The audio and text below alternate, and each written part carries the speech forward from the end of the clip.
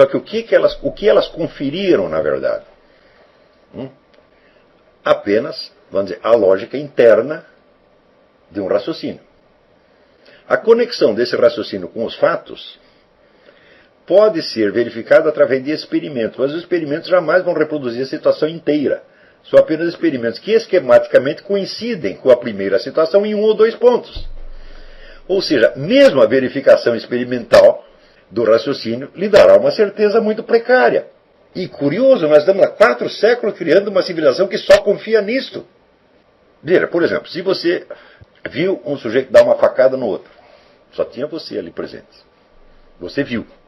Quer dizer, não foi pura percepção, porque você percebeu toda a conexão causal, tá certo, entre o ato assassino, né, a facada e o efeito mortal que aquilo teve sobre a vítima. Então há um raciocínio ali. Mas esse raciocínio não foi feito nem com imagens na sua mente, nem com signos, nem com palavras. Foi feito diretamente com os fatos que você estava percebendo. Ou seja, era a lógica interna dos fatos que está se mostrando para você. Suponha que as pessoas ponham em dúvida o seu testemunho e queiram provas. Então elas vão construir milhares de conexões lógicas possíveis e inventar experimentos que devem coincidir com aquela situação em um ou outro ponto esquemático. Por exemplo, o sangue que estava na faca era do mesmo tipo do sangue da vítima. E você percebe que isso é apenas um elemento da situação inteira. E se você for pegar elemento por elemento, você jamais vai reconstituir a situação inteira. Serão sempre pedaços que, por sua vez, terão que ser conectados mediante outras construções lógicas. E por que nós confiamos nisso? Nós confiamos nisso, primeiro, porque somos nós que inventamos e nós temos o domínio do pensamento. E acreditamos que o domínio do pensamento é o domínio sobre a realidade. Segundo, porque aquilo pode ser reproduzido por outras pessoas e as pessoas confirmam o que nós estamos dizendo. Então, ou seja, nós estamos preferindo 1 milhão de confirmações indiretas parciais antes que a exibição direta e completa do fato. Ou seja, nós estamos completamente loucos. E isto é o que nos últimos 4 séculos se chama de ciência. Todo o edifício da nossa ciência é baseado nisto. Primeiro, a confiabilidade maior do indireto sobre a da construção indireta sobre a percepção direta. Segundo, a confiabilidade do testemunho coletivo daqueles que fazem o mesmo raciocínio que você e confirmam e no máximo conseguem verificar experimentalmente um ou outro ponto de coincidência entre o seu raciocínio e o fato. Bom, isto é assim porque toda esta atividade científica é uma atividade social onde o que se busca é a confiabilidade coletiva de certas coisas. Agora, se nós não estamos buscando confiabilidade coletiva, se nós não estamos fazendo questão de que todo mundo acredite em nós, mas nós estamos interessados em obter o conhecimento para nós mesmos, então é claro que é a primeira modalidade de conhecimento que deve nos interessar. Ela pode te dar a certeza total e absoluta, mas você não vai poder, dificilmente você vai poder transpor esta certeza de tal modo que ela se torne confiável para outras pessoas. Está compreendendo? Então, todo o esforço da filosofia, pelo menos na Grécia, foi a de habilitar as pessoas a perceber a realidade.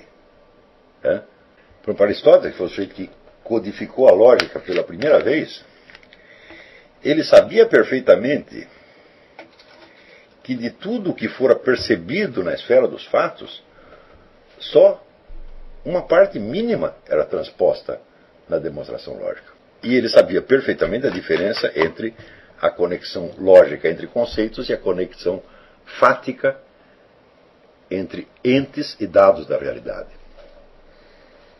Ora, note bem que o processo, aquela percepção que o sujeito teve depois da 10ª jogada, e que é uma percepção que não foi ele que montou na mente, mas ele percebeu diretamente dos dados, seria impossível se esses dados não tivessem em si mesmos uma estrutura inteligível.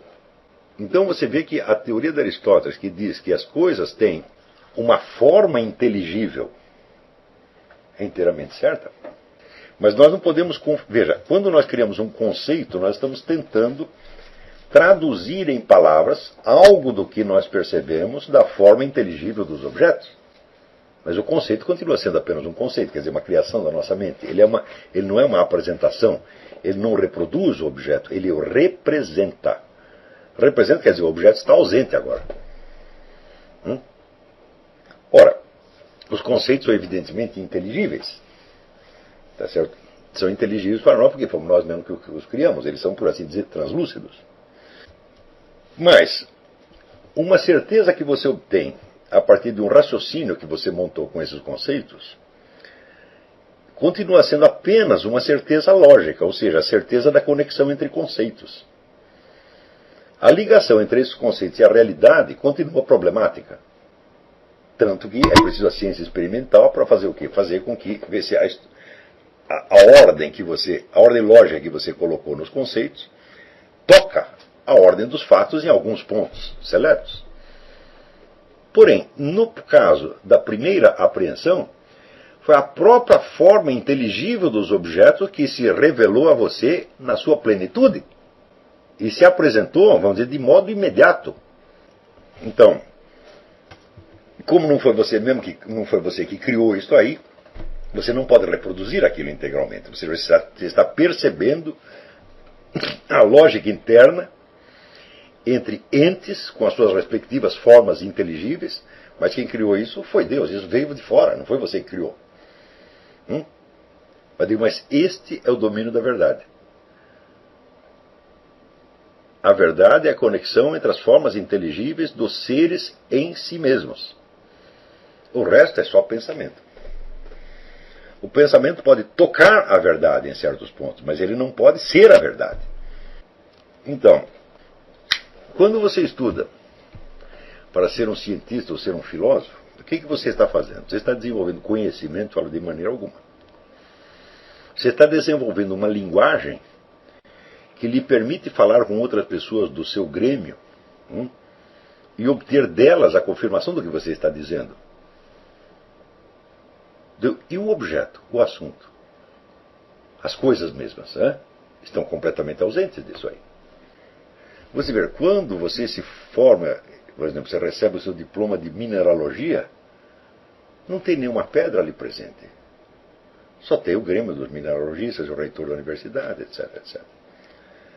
Ou seja, você está se movendo não no terreno da relação com os objetos da sua ciência, mas no terreno das relações humanas. No terreno, portanto, da subjetividade coletiva. O terreno intersubjetivo, não no objetivo. Está compreendendo? A relação objetiva com a realidade é pessoal e intransferível e muda.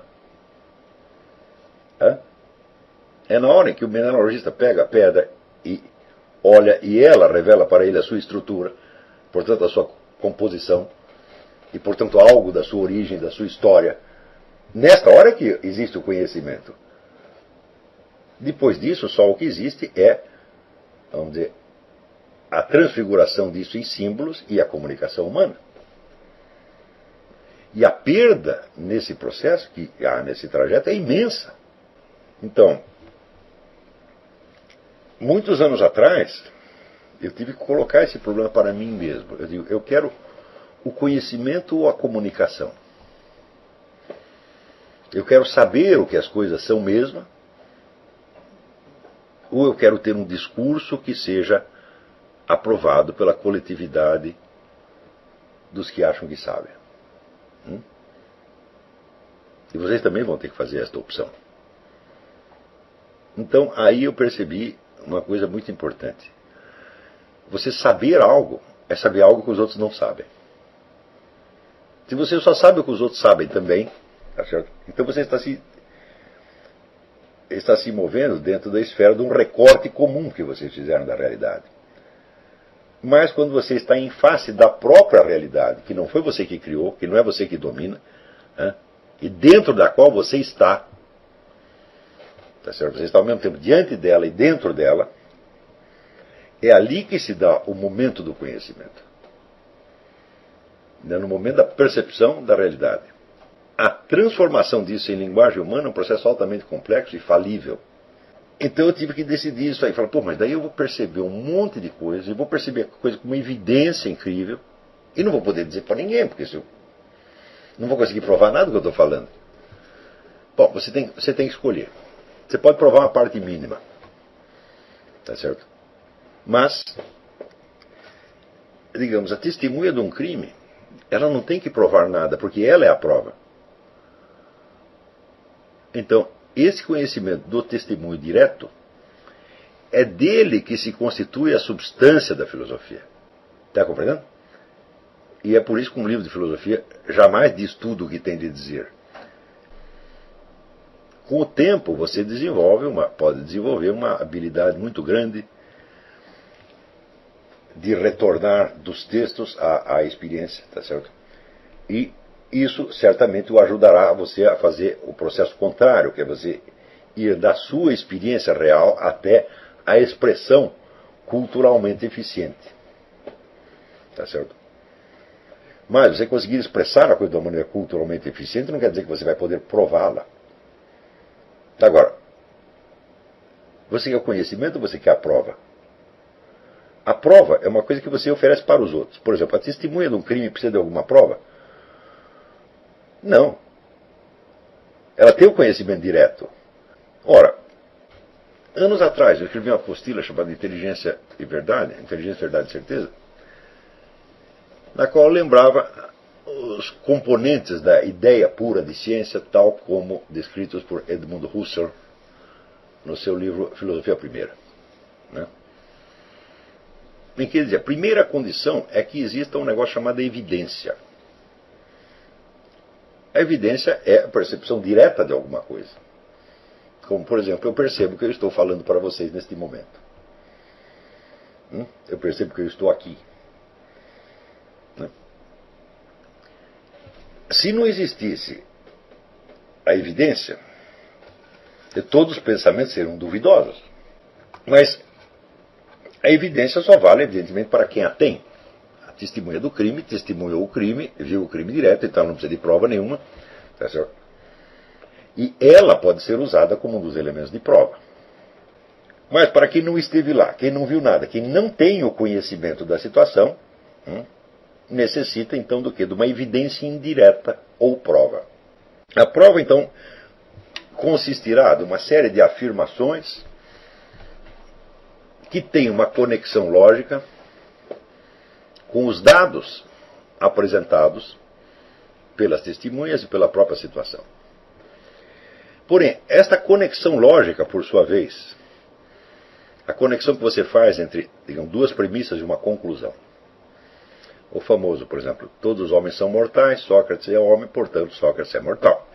Esta conexão, por sua vez, é uma conexão de tipo lógico ou de tipo evidente? Se fosse uma conexão apenas de tipo lógico, portanto indireta, precisaria outra prova e outra prova e outra prova, e assim por diante, indefinidamente.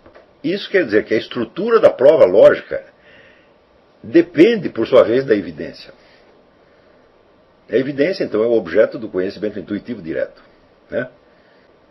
Isso quer dizer o seguinte, a evidência é tudo.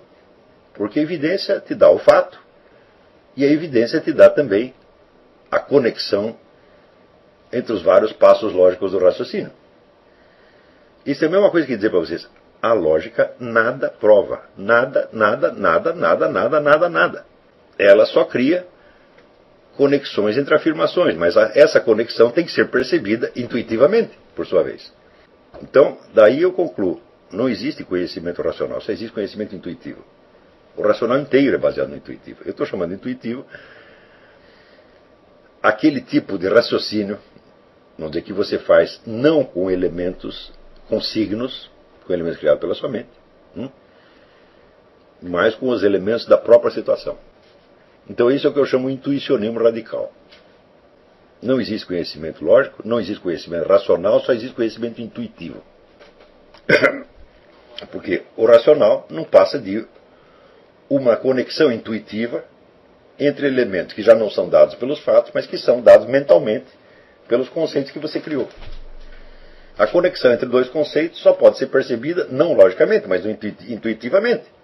Por exemplo, como é que eu percebo que um animal pertence a determinada espécie, eu tenho o esquema, a definição geral da espécie, e vejo que aquele indivíduo em particular se encaixa nessa espécie. Como é que eu posso perceber isso racionalmente? Não posso, só posso perceber intuitivamente. Então, isso quer dizer que o primeiro tipo de conhecimento, aquele que aparece no suor da palma da sua mão, é o único conhecimento que existe. O outro é apenas, vamos dizer, um esforço para você conquistar uma confiança subjetiva naquilo que você já conhece. O outro é um esforço de autopersuasão apenas. O outro é pura retórica. Está entendendo? Isso quer dizer que a substância do conhecimento, ela é uma coisa de percepção individual direta, dificilmente transmissível. E aquilo que é transmissível, e que é objeto de prova, não é conhecimento. É um conjunto de esquemas mentais que se refere muito indiretamente ao conhecimento. E é por isso que hoje em dia, quanto mais as pessoas estudam, mais burras elas ficam. Eu li num livro a esse respeito o seguinte: uma vez chegou um sujeito num museu oferecendo uma estátua que ele dizia que tinha desenterrado na Grécia. Os camaradas mandaram testar, né, a pedra da estátua. Os químicos disseram: não, esta pedra de fato, esta pedra foi trabalhada muito antigamente, porque a superfície dela sofreu certas alterações que levam milênios para acontecer. Então essa estátua é genuína. Então já estavam comprando a estátua.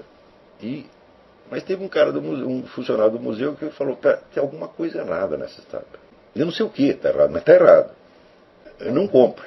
Se vocês já pagaram, vocês peçam dinheiro de volta. E se não pagaram, não paguem. Os caras não tinham pago. Então peraí, então vamos esperar um pouco. Como o sujeito era um velho expert, eles decidiram esperar para ver o que acontecia. Ele sabia que tinha alguma inarmonia naquela coisa. Ele não sabia qual. Ele não sabia dizer qual. Ele estava percebendo, mas ele não tinha o nome. Tá? Ou seja, ele não tinha o símbolo mental para dizer o que ele estava percebendo. Mas ele estava percebendo corretamente. Depois de um tempo, ele conseguiu dizer o seguinte: dizer, olha, esta estátua, ela não tem um estilo, ela mistura vários estilos de várias épocas diferentes. Então ela não pode ser genuína. As pessoas não poderiam ter misturado vários estilos gregos na antiga Grécia. Só pode fazer isso hoje. Ora, a percepção desses estilos é também do primeiro tipo. Vamos chamar-lo intuitivo, vai no sentido em que eu estou usando a palavra intuitivo. Tá? Ela só pode ser intuitiva.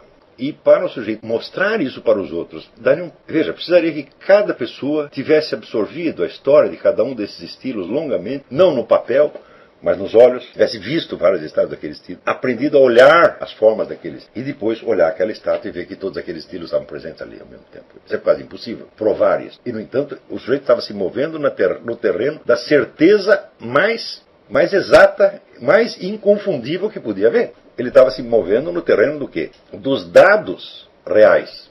Bom, aos poucos começou, vamos dizer, a aparecer outras provas. Por exemplo, o atestado de compra da estátua que o sujeito tinha.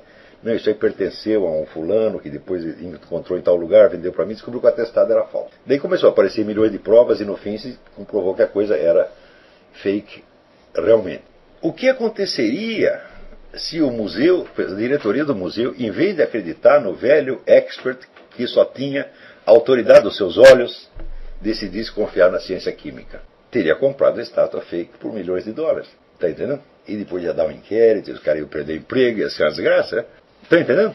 Felizmente, no mercado de arte ainda existe isto. A autoridade do connoisseur. É o sujeito que não pode provar o que ele está dizendo, porque está tudo apenas na memória dele, na percepção dele. Ele não pode dar uma prova cientificamente válida. Mas isso não quer dizer que o conhecimento que ele tem seja menos preciso que o conhecimento científico. É muito mais preciso. Ele apenas não é facilmente transmissível. Então, por exemplo, dizer, vale para ele. Ora, mas o que tem a ver, vamos dizer, a validade intrínseca de um conhecimento com a autoridade social da sua transmissão? Hoje nós somos ensinados a confundir uma coisa com a outra. Nós achamos que aquilo que pode ser provado e verificado por várias pessoas, provas repetidas por várias pessoas, é mais confiável do que aquilo que você está vendo com os olhos da sua cara. E nós chegamos até o absurdo de achar que a ciência pode corrigir as nossas percepções. É claro que isso é uma alienação total. É claro que isso é totalmente irracional.